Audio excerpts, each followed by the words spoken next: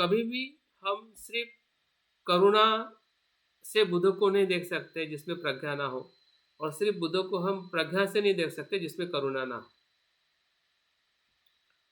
तो प्रज्ञा वो स्वयं की मुक्ति है, और करुणा औरों की मुक्ति है। औरों की मुक्ति और स्वयं की मुक्ति का संतुलन ही बुद्ध है, बुद्धत्व है या बोधिचित्त। क्योंकि जब हम दूसरे के दुख के अनुभव की बात करते हैं तो उसमें स्वयं का भी दुख का अनुभव आ ही जाता है। जब हम औरों के दुख के मुक्त होने की जब हम बात करते हैं, मदद करते हैं, तो हमारे भीतर भी जो मुक्त होने का भाव उत्पन्न हो जाता है। क्योंकि जब हम औरों को मदद करते हैं तो हमारे भीतर का लोभ कम होता है, हमारे भीतर का अहंकार कम होता है, या हमारे भीतर की जो अशुद्धता है या भय है वो कम होता है। जब हम औरों को मदद करते हैं, फिर वो भोजन का दान हो, शिक्षा का दान हो, अभय दान हो, धम्म दान हो, तो ये दान देने से ऐसा नहीं है कि हमारी आत्मशुद्धि नहीं होती, या हम स्वयं को परिवर्तित नहीं करते हैं। और जब हम स्वयं को परिवर्तित करते हैं तो वो कहीं ना कहीं औरों के लिए ही उसकी मदद होती है। क्योंकि हम भी सामाजिक प्राणी होने से हमारे जो भी व्यवहार, अगर हमारा मन शांत होगा तो हम किसी से बात करेंगे तो हम उनको गाली दे सकते हैं क्या? अगर हमारी हमें अगर हम शील का पालन करते हैं अपने आप में, तो हम किसी की हानि नहीं कर सकते हैं या ना करेंगे। तो मतलब औरों की हानि नहीं करने से क्या होगा? एक प्रकार से समाज और परिवार का लाभ ही होगा। वो एक परहित की भावना है। और बुद्ध के शिक्षा में हमें बुद्ध से ही हमें ये गुण या एक मार्ग हमें दिखाई देता है। और साथ में हमें यहाँ पे भी जब बुद्ध संघ की स्थापना करते हैं तो भिक्षुओं को यही कहते हैं, हाँ, अभी तुमने तुम्हारे लिए जो विमुक्ति प्राप्त की है, अभी लोगों की विमुक्ति के लिए, परम सुख के लिए आप चर्या करिए। तो फिर अरहंत का मार्ग हो या बोधिसत्व का मार्ग हो, वो एक ही समान है। अगर उस प्रकार से अगर हम देखते और भनते उसी प्रकार से बताना चाहते हैं, भले हम बोधिसत्व का मार्ग का अभ्यास कर रहे हैं, लेकिन बोधिसत्व के मार्ग में बनते बताते हैं कि जब श्रोतापन्न होते हैं तभी बोधिसत्व का मार्ग शुरू होता है। उसमें बनते 3 बातें बताते हैं कि जहाँ पे 3 लक्षण टूटते हैं, जहाँ पे श्रोतापन्न होता है, वही बोधिसत्व का मार्ग। तो भंते ने जिस प्रकार से हमें समझाया है या हम समझने का जो प्रयास कर रहे हैं, ये अपने आप में बहुत ही महत्वपूर्ण है। बाकी शिक्षाओं में या बाकी परंपरा जिस प्रकार से एक ही पक्ष को देती है, दूसरे पक्षों को या दूसरे परंपरा को नकारती है या उससे विरोध में होती है, लेकिन हमें वो विरोध जो है एक प्रकार से वो आध्यात्मिक तनाव है। तो उस आध्यात्मिक तनाव में रह के हम सही अर्थ में बुद्ध की शिक्षा का अनुसरण नहीं कर सकते। और भंते ने ये देख लिया था, समझ लिया था कि इतना कुछ लोगों का झुकाव बौद्ध धर्म के तरफ है, लेकिन सही अर्थ में जो बुद्ध की जो शिक्षा का जिस प्रकार से उसका अनुसरण करना चाहिए, शरणगमन के जो स्तरों पर, लौकिक से लोकोत्तर स्तर पर जाने के लिए, वो कहीं न कहीं इसी नीति नियमों के कारण या इसी ही कुछ रीति रिवाजों के कारण वो फंसा हुआ है, जो आगे हम बढ़ नहीं पा रहे। तो इसलिए भंते ने एक नए संघ की स्थापना की जिसमें हमें इन बातों का अभ्यास और स्पष्टता रखनी है।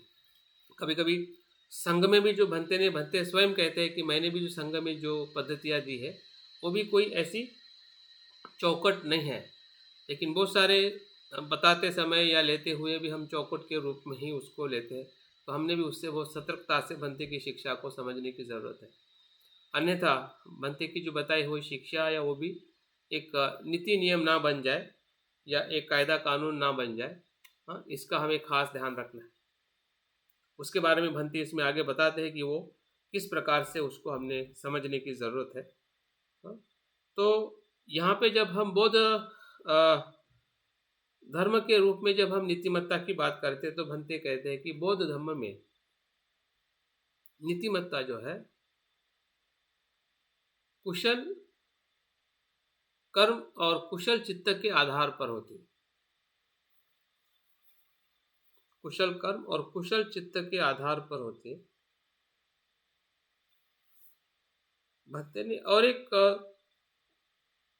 सेंटेंस या तत्व बहुत गहराई में बताया है कि किसी अवसर पर कुशल कार्य करना ही नहीं, जैसे कि अन्य धर्म में एक विशिष्ट कार्यक्रम में या विशिष्ट परिस्थिति में ही वो कुशल कर्म करते हैं, अच्छे कर्म करते हैं, दान पुण्य करना है या लोगों को खाना खिलाना है या फिर सभी के साथ में मैत्रीपूर्ण रहना है, वो विशिष्ट समय में ही वो कुशल कर्म करते हैं और वो अपने आप को उस नीतिमत्ता में ढालते हैं कि हम दान पुण्य और अच्छा कर्म करते हैं। लेकिन भंते कहते हैं कि कुशल कर्म सिर्फ एक विशिष्ट अवसर पर ही करना नहीं, बल्कि नियमित और सामंजस्यपूर्ण कुशल कर्म करते रहना, वो नीतिमत्ता है, वो नैतिकता है। और बाबा साहब के शब्दों में भी अगर हम देखें कि बुद्ध की शिक्षा के बारे में वो पूरी तरह से स्पष्ट है कि नैतिकता ही बौद्ध धर्म है और बौद्ध धर्म का आधार ही नैतिकता है। तो इस आधार पर अगर भंते और बाबा साहब नीतिमत्ता नैतिकता की बात कर रहे हैं तो उसकी जो गहराई जो है और जो उसकी विशालता है वो कितनी बड़ी होगी, इसके ऊपर हमने सोचना चाहिए और बोधिसत्व के आदर्श के माध्यम से वो बातें हमें और गहराई में पता चल सकती है अगर हम उस प्रकार से समझते हैं। और उसको समझाने के लिए भंते ने दो प्रकार की पहलुओं की बात की है नीतिमत्ता को लेकर, क्योंकि नीतिमत्ता में हम इतने क्या कहते हैं, इतने समझदार हैं और हम इतने प्रयास कर रहे हैं और प्रयास करते करते हमने नीतिमत्ता को जो सोचा है समझा है और उसी को नीतिमत्ता मान बैठे कि वही सच्ची नीतिमत्ता है। जो सच्ची नीतिमत्ता और झूठी नीतिमत्ता इस प्रकार से उसको भेद नहीं किया जा सकता है, लेकिन जो दो भेद पारंपरिक रूप में और भंते ने भी उसका जिक्र किया है, उसमें स्वाभाविक नीतिमत्ता और सांवृत्तिक नीतिमत्ता, इस बातों को हमें समझने की ज़रूरत है। ये हमारे लिए भी कभी कभी ये बहुत बड़ी चैलेंज के रूप में हमारे सामने आती है, आ सकती है।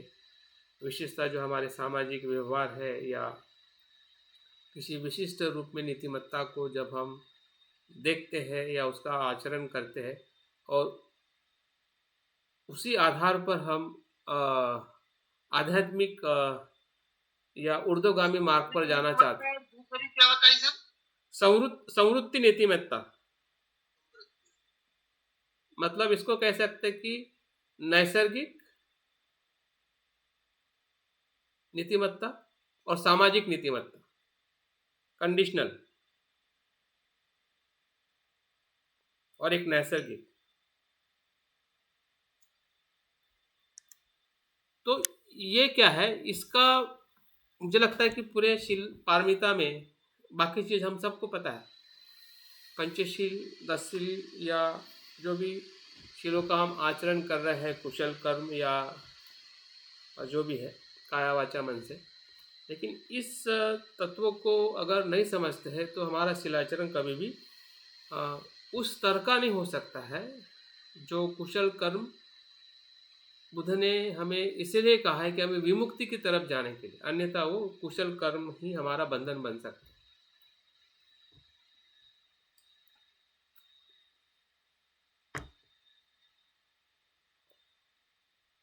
ये हमारे लिए बहुत बड़ा चैलेंज है। शिलाचरण को जब हम समझते हैं या आचरण करते हैं तो अक्सर हमारा शिलाचरण दो कारणों से होता है, जिसमें हम सामाजिक और कानून का जो भय है, सामाजिक डर और कानून का भय, कानून का डर, इसके कारण हम अक्सर अपने शिलाचरण को बहुत ही अच्छी तरह से नियंत्रित और सामाजिक तौर पे उसका हम अनुसरण करते हैं। तो वो शिलाचरण जो है वो किसी रीति रिवाजों पर आधारित होता है। सामाजिक या संवृत्ति नीतिमत्ता बनते कहते हैं एक कायदा कानून और हमारे रीति रिवाज। उदाहरण के तौर पे बनते कहते हैं, और वो चीज़ हमें भी समझ में दिखाई देती है कि हमने बौद्ध भिक्षु जो चिवर पहनते हैं, मुंडन करते हैं, या कोई अ, अपने परंपरा के अनुसार टोपी पहनता है या पगड़ी पहनता है, तो वो उस रीति रिवाजों के अनुसार वो कभी पहनता है कभी नहीं पहनता है, या किसी के लिए वो पहनने के लिए अनुकूल है, किसी के लिए पहनने के लिए अनुकूल नहीं है। तो उस अर्थ से हम शिलाचरण को लेते हैं या लाने की कोशिश करते हैं कि जब तक वो वैसा नहीं करेगा, जब तक वो वैसा उस प्रकार से नहीं देखेगा या उसका अनुसरण नहीं करेगा, तब तक वो नीतिमत्ता के अंतर्गत नहीं आती। तो इस प्रकार से जो हमारे सामाजिक जो भी रीति रिवाज है, उस रीति रिवाजों के अंतर्गत आने वाली जो नीतिमत्ता है, पारंपरिक या धारणाओं के माध्यम से जो गढ़ी हुई नीतिमत्ता है, वो नीतिमत्ता शिलाचरण के उस दायरे में नहीं आती है। जिस शिलाचरण की बात बुद्ध करते हैं या बोधिसत्व के शिल्पार्मिता में हमें देखनी है, उसमें जो नीतिमत्ता आती है वो स्वाभाविक और नैसर्गिक नीतिमत्ता आती है। उसका जो आधार है वो मानसिक अवस्थाओं पर आधारित है। ये रीति रिवाजों पर आधारित है और वो मानसिक अवस्थाओं पर आधारित है। अगर लोभ की अवस्था में अगर हम कोई आचरण करते हैं तो वो लोभ के कारण किया हुआ जो कर्म जो है वो शील का भंग है। अगर हम अलोभ के आधार पर कर्म करते हैं, मतलब जो हमारी मानसिक अवस्था का जो मूल स्रोत है, लोभ द्वेष मोह और अलोभ अद्वेष अमोह, इस मानसिक आधार पर की हुई जो आचरण है, उस आचरण का हमें अवलोकन या अभ्यास और उसकी समझदारी की हमें ज़रूरत है। तब जाके हम शील पारमिता के उस तत्व को समझ पा सकते हैं कि हमारा आचरण भले, जैसे कि उदाहरण के तौर पे अगर हम अच्छे हैं, कुशल है, तो बाह्य रूप में हम कुशल दिखाई दे सकते हैं। अगर हम दान कर रहे हैं, ध्यान कर रहे हैं, लेकिन अगर भीतर उस प्रकार की अगर मानसिक अवस्था ना हो या उससे विपरीत मानसिक अवस्था हो, तो वो शिलाचरण के अंतर्गत नहीं आता है। अगर हम स्वाभाविक नीतिमत्ता के तत्वों में देखें, जैसे कि हम हिंसा नहीं करते हैं, तो हिंसा नहीं करते हैं तो नहीं करते हैं, लेकिन हिंसा नहीं करने का जो तत्व जो है वो है मैत्री और द्वेष से विरत रहना। अगर हम हिंसा नहीं कर रहे हैं या मांसाहार नहीं कर रहे हैं या XYZ हम नहीं कर रहे, लेकिन अगर मानसिक अवस्था में अगर द्वेष है और मैत्री नहीं है और हम अपने आप को कहते हैं कि मैं हिंसा नहीं कर रहा हूँ या मैं शिलाचरण कर रहा हूँ, तो वो सामाजिक नीतिमत्ता है। वो सामाजिक नीतिमत्ता तक ही हमने वो रीति रिवाज को मान लिया कि एक बौद्ध होने के नाते मैं ये नहीं करूँगा, लेकिन अगर उसके भीतर मानसिक अवस्था के आधार पर अगर उसको हम नहीं जांच पाए, और ये व्यक्तिगत प्रश्न है, क्योंकि हम औरों की नीतिमत्ता को उतने गहराई में हम नहीं देख सकते, लेकिन हम स्वयं का, क्योंकि ये व्यक्ति सुरक्षा की बात है कि हमें अपने आप को सुरक्षित रखना है, और हमारी सुरक्षितता जो है वो हमारे शिलाचरण से प्रारंभ होती है, या शिलाचरण से हम सुरक्षित रख सकते हैं। लेकिन सुरक्षित रखने के भीतर हमें क्या करना है और क्या समझना है। अगर हम बाह्य रूप में ही अगर अपने शिलाचरण को हम प्रोटेक्ट करते हैं और करते रहेंगे, तो हमारे भीतर का जो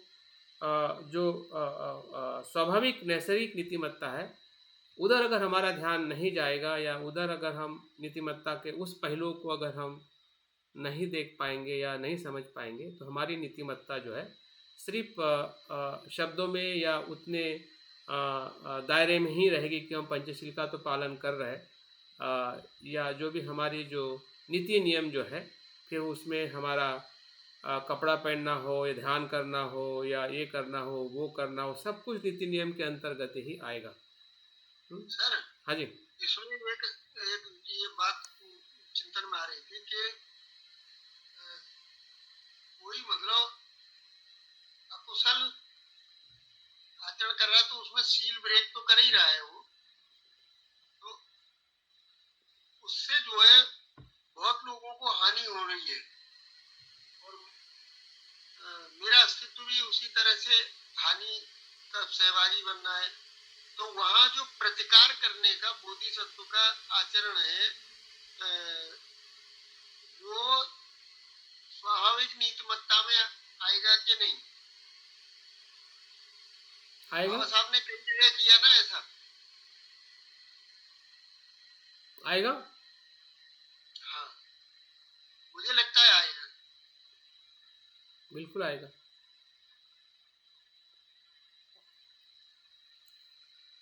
ठीक है सर। ओके। तो कहने का मतलब यह है कि ये चैलेंज है हमारे लिए, अगर इस पहलू को अगर हम चिंतन में लेते हैं और इसके ऊपर हम सवाल करते हैं या थोड़ा इसके बारे में थोड़ा अपने आचरण को या शिलाचरण को हम कैसे देखते हैं और हमने हमारे देखने का तरीका कैसे है। भले ये थोड़ा कठिन लगेगा और थोड़ा लगेगा कि नहीं मैं तो शिलाचरण कर रहा हूँ और यही शिलाचरण है। ऐसा भी हमारी मतलब पकड़ हो सकती है हमारे शिलाचरण पे, क्योंकि हम उस प्रकार से शिलाचरण कर रहे हैं, ऐसा नहीं है कि हम अनैतिक है। लेकिन वो नैतिकता जो है वो हमें आध्यात्मिकता की तरफ लेके जाने नहीं ले जा सकती। अगर हम सही में आध्यात्मिक हो रहे हैं और होने की तरफ अगर जा रहे हैं तो उसके आचरण में जो कुछ भी मानसिक अवस्थाएं जो है उसको पहचानना और उस मानसिक अवस्था के आधार पर शीलों को शुद्ध करना या प्रशिक्षित करना, जिसके लिए हमें जागृति और चिंतन की ज़रूरत है। अगर उस दायरे में अगर उसको देखते हैं तो निश्चित ही हमारे उस शिलाचरण में हम और ज़्यादा परिपक्व हो सकते हैं, जिसमें हमारी जो आत्मशुद्धि है या शिलाचरण की जो वास्तविकता जो है वो हमारे जीवन में अनुभव हो सकती है, हम उसको अनुभव कर सकते हैं। बौद्ध शिलों में अगर देखते हैं तो पंचशील तो एक अपने आप में एक उपासक या एक सामान्य मनुष्य जीवन जीते हुए अगर हम ब्रह्मचर्या का जीवन नहीं जी रहे हैं या भिक्षु भिक्षुणी का जीवन नहीं जी पाते हैं, तो पंचशील एक अपने आप में एक बहुत ही अच्छी परिस्थिति है जिसमें हम तीनों स्तर पर या 10 शील का आचरण करके भी हम तीनों स्तर पर अपनी काया वाचा और मन की जो शुद्धता है या उसका जो सदाचरण है उसको हम अपने जीवन में महसूस कर रहे हैं। तो ये कैसे आगे हमें ले जाता है, जो हमें उस विमुक्ति तक या उस ऊंचाई तक ले जाने के लिए हमें शील का